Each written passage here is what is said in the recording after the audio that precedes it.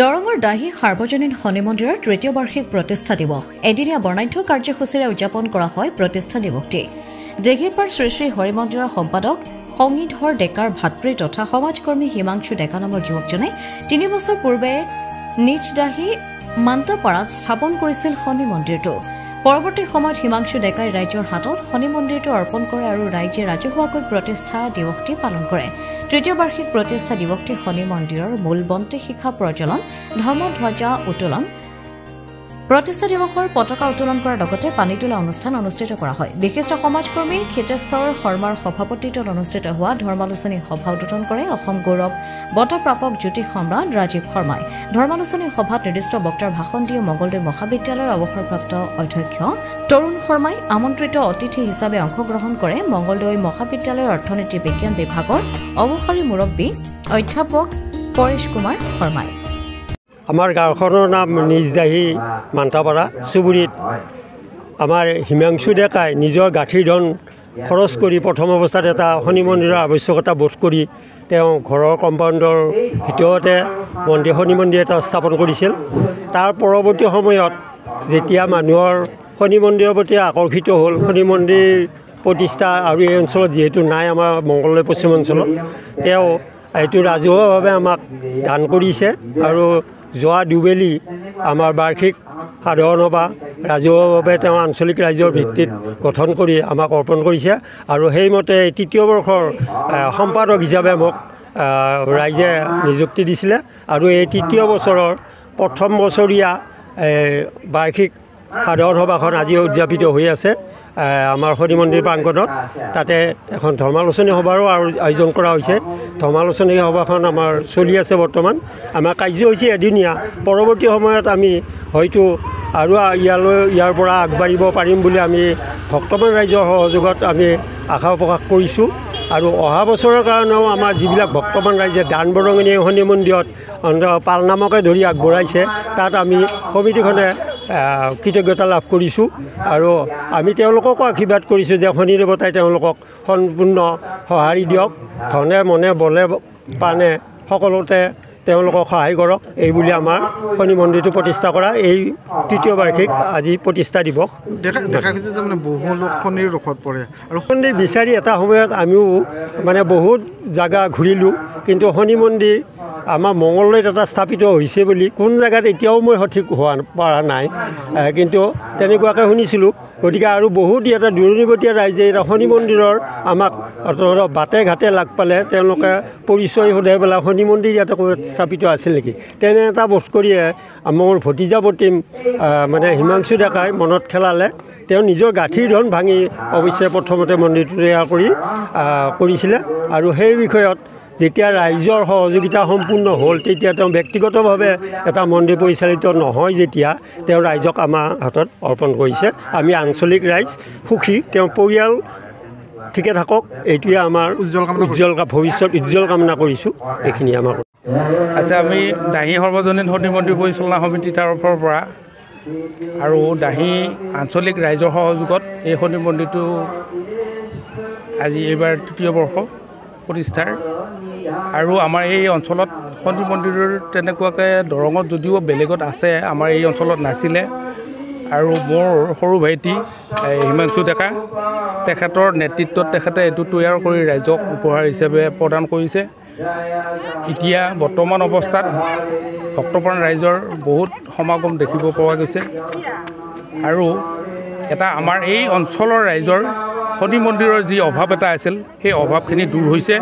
মই এই সম্পৰ্কত কেনেধৰণৰ পদক্ষেপ গ্ৰহণ কৰিলে, কেনেধৰণৰ চিন্তা চৰ্চা তেওঁ কৰি এই মন্দিৰটো স্থাপন কৰিছে, মোৰ সৰু ভাইটি হিমান ডেকা আছে, আমাৰ এখেত এই পৰিচালনা সমিতিৰ সম্পাদক। গতিকে মই কথাখিনি তেখেতসকলক আগবঢ়াই লৈ যাব। তৃতীয় বৰ্ষ আয়োজন এতিয়া কাৰ্যসূচী প্ৰথম আছিলে বন্তি প্ৰজ্বলন, তাৰপিছত আহিলে পতাকা উত্তোলন। পতাকা উত্তোলনৰ পিছতে এতিয়া আমাৰ ধৰ্মালোচনী সভা আৰম্ভ হ'ব।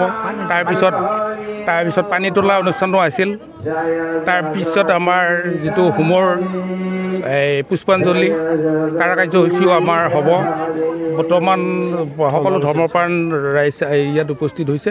ধৰ্মালোচনী সভা এতিয়া বৰ্তমান চলি আছে, এদিনীয়া কাৰ্যসূচী, আৰু ভৱিষ্যতে ভাবিছোঁ আমি ধৰি লওঁ 2-3 দিনীয়া কাৰ্যসূচী আগত ল'ম। কি কয় বহল ভিত্তিত পাতিম। এতিয়া কথা হ'ল কি প্ৰচাৰৰ তেনেকুৱাকৈ হোৱা নাছিল, সেইকাৰণে আপোনালোকক কিমান মানুহ জড়িত হৈ আছে এই মন্দিৰটো? ইয়াতে এতিয়া প্ৰায় দাহি অঞ্চলতো আছেই, তাৰোপৰি নামখলা, চিপাঝাৰ, ইফালে মঙলদৈত হয়তো এটা শনি মন্দিৰ আছে, কিন্তু পশ্চিম চাইডে আমাৰ পশ্চিম মঙলদৈৰ চাইডে তেনেকুৱা শনি মন্দিৰ তেনেকুৱা নাছিল, এইটোৱেই একমাত্ৰ। ইয়াত ধৰ্মপ্ৰাণ লোকসকল আহেনে শনি মন্দিৰলৈ? আহে প্ৰতি শনিবাৰ মঙলবাৰে আহে। তেখেতসকলৰ নিজৰ মনোবাঞ্ছা পূৰণৰ ক্ষেত্ৰত মনতে যিটো ভাৱনা লৈ আহে, সেই উদ্দেশ্যে তেওঁলোক আহে। তাৰপিছত আৰু যিসকল ব্যক্তিয়ে জানে যে মাঘ মাহৰ 8 তাৰিখে আমাৰ প্ৰতিষ্ঠা দিৱসটো পালন হয়, হয়তো তেখেতসকলে এই 8 তাৰিখলৈও কিছুমানে অপেক্ষা কৰে। গতিকে যিসকল ব্যক্তিয়ে আমাৰ স্থানীয় যিখিনি ব্যক্তি তেখেতসকলতো থাকেই, আৰু যিসকল আঁতৰৰ ব্যক্তি আজি এই 8 তাৰিখলৈ অপেক্ষা কৰি আছিল, তেখেতসকলৰ প্ৰদাপন আমি আজি দেখিবলৈ পোৱা গৈছে। যিসকল লোক আহে শনিৰ ৰোষত পৰে, কিন্তু তেখেতসকলে নাজানে যে এই অঞ্চলত কোনখিনিত শনি মন্দিৰ আছে। গতিকে এই চিন্তাটো আমাৰ সৰু ভাইটি হিমাংশু ডেকাই চিন্তা কৰিলে, আৰু সকলোৱে শলাগ লৈছে যে এই অঞ্চলত যিহেতুকে এটা শনি মন্দিৰ নাছিল, বৰ্তমান প্ৰতিষ্ঠা হ'ল। গতিকে আমাৰ সকলো ৰাইজৰ বা দাহি অঞ্চল বুলিয়েই নহয়, চিপাঝাৰ হওক, পাথৰিঘাট হওক, এই অঞ্চলৰ ৰাইজৰ এটা অভাৱ পূৰণ হোৱা বুলি আমি অনুধাৱন কৰিছোঁ। আমাৰ আচলতে বৃহত্তৰ দৰং জিলাৰ পশ্চিম অঞ্চলত এটা শনি মন্দিৰৰ প্ৰাসংগিকতা বহুত বছৰ আগৰ পৰাই অনুভৱ কৰিছিলোঁ। ময়ো তেনেকৈ শনি মন্দিৰ বিচাৰি ফুৰিছিলোঁ, আৰু তেনেকুৱা সময়তে এটা মনলৈ আহিছিল যে আমাৰ এই অঞ্চলত যদি এটি শনি মন্দিৰ প্ৰতিষ্ঠা কৰিব পৰা যায়, তেতিয়াহ'লে নিশ্চয় ৰাইজখিনি উপকৃত হ'ব। আৰু আমি যদিও ভবা যায় শনি খুব বেয়া বুলি, কিন্তু আচলতে শনি ন্যায়ৰ দেৱতা, তেখেতে ধনৰ অধিকাৰী তেখেত। গতিকে ঠিক তেনেকুৱা এটা ভাৱনা মনত লৈ মই 2021 বৰ্ষৰ জানুৱাৰী মাহত এই মন্দিৰটো শিলান্যাস হৈছিল, আৰু তাৰ পিছৰ বছৰ 2022 চনৰ 8 জানুৱাৰী তাৰিখে আমাৰ সেই সময়ৰ মঙলদৈ সমষ্টিৰ বিধায়ক গুৰুজ্যোতি দাসদেৱৰ দ্বাৰা আমি এই মন্দিৰটোৰ উদ্ঘাটন কৰিছিলোঁ। আৰু যদিও ব্যক্তিগতভাৱে মই প্ৰথম অৱস্থাত মন্দিৰটো বনাইছিলোঁ, যদিও পৰৱৰ্তী পিছৰ বছৰত মই এই মন্দিৰটো ৰাইজৰ ওচৰত অৰ্পণ কৰিছোঁ। আৰু যোৱা 2 বৰ্ষ সম্পূৰ্ণ ৰাজহুৱা সমিতিৰ দ্বাৰা, ৰাইজৰ এখন পূৰ্ণাংগ কমিটিৰ দ্বাৰা এই মন্দিৰটো পৰিচালিত হৈ আহিছে। আৰু মই বিচৰা ধৰণে বা মই আশা কৰাৰ ধৰণেই দৰং জিলাৰ বিভিন্ন প্ৰান্তৰ পৰা এই মন্দিৰটোলৈ প্ৰত্যেক শনিবাৰে, মঙলবাৰেও 2-1 আহে, প্ৰত্যেক শনিবাৰে যথেষ্ট সংখ্যক ভক্তৰ সমাগম হয়। আৰু মই ভাবিছোঁ নিশ্চয় মোৰ যিটো মনৰ আশা বান্ধি এই মন্দিৰটো নিৰ্মাণ কৰিছিলোঁ, এই সাৰ্থকতাটো আহিছে। আৰু আহি আজি এই মন্দিৰটোৱে 3য় বছৰটো অতিক্ৰম কৰিলে। আমি প্ৰথম বছৰৰ পৰাই ধৰ্মালোচনী সভাৰ এটা ব্যৱস্থা কৰিছোঁ।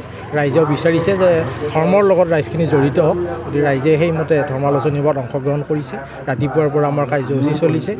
আমি আশা ৰাখিছোঁ যিহেতু অনুষ্ঠানটি নিচেই চালুকীয়া হৈ আছে, পৰৱৰ্তী সময়ত এই অনুষ্ঠানটিয়ে নিশ্চয় প্ৰসাৰতা লাভ কৰিব, আৰু বৃহত্তৰ দৰং জিলাত আমাৰ এতিয়া লেখত ল'বলগীয়া ধৰ্মীয় অনুষ্ঠান হিচাপে পৰিগণিত হ'ব বুলি মই আশা ৰাখিছোঁ। মঙলদৈৰ পৰা জয়দেৱ ডেকাৰ ৰিপৰ্ট, অমৃত নিউজ 24/7। অমৃত প্ৰবাহ অসমীয়া সাপ্তাহিক কাকতৰ ডিজিটেল সংস্কৰণ অমৃত নিউজ, সত্যৰ সন্ধানত অমৃত নিউজ।